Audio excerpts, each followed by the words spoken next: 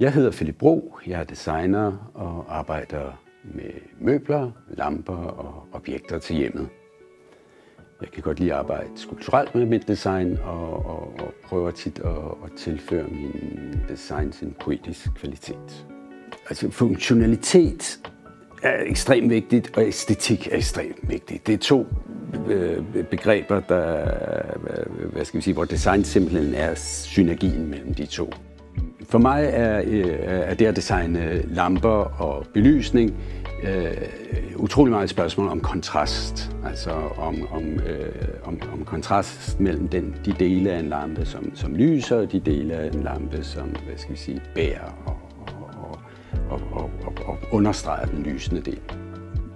Jeg er nærmest vokset op med Piet Hein. Min far elskede ham og hans fantastiske projekter. Min inspiration til Sinus Wood udsprang sig faktisk af den teknologi, der udvikler sig i øjeblikket omkring LED-lyskilderne.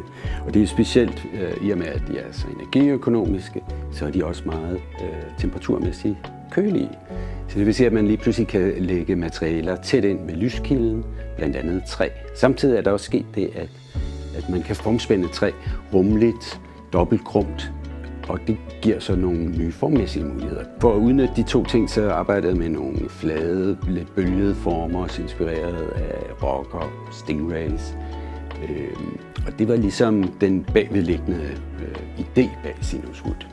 Lige så snart, at jeg havde arbejdet lidt med min Stingray-idé, opdagede jeg jo, at vi var meget tæt på Piet Heins sinuslampe. Og i samarbejde med Piet Hein, så ændrede jeg så konceptet til at lave et remake af sinuslampen.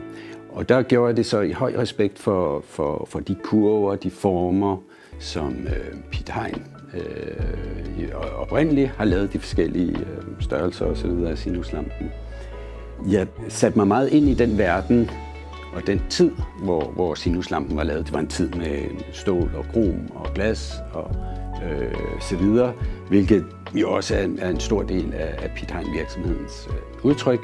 Og det var også der, at det så gav mening netop at få indført de her lidt varmere materialer, de her, som træ jo er en stor eksponent for. Måden, hvorpå Piet Hein som designer og man selv som designer adskiller os lidt, er jo nok, at Piet Hein bruger meget matematik eller naturvidenskabelige koncepter bag sine forskellige designs, hvor jeg måske også arbejder med stærke koncepter, men mere skulpturel og legende tilgang. Jeg kan i min design rigtig godt lide at arbejde innovativt og med helt nye åbninger ud i form og materialer og så videre, men jeg kan også rigtig godt lide at kigge på den danske designtradition. Jeg har gjort det med en række andre virksomheder tidligere, og jeg er så super glad og stolt over at kunne gøre noget tilsvarende i samarbejde med Piet Hein.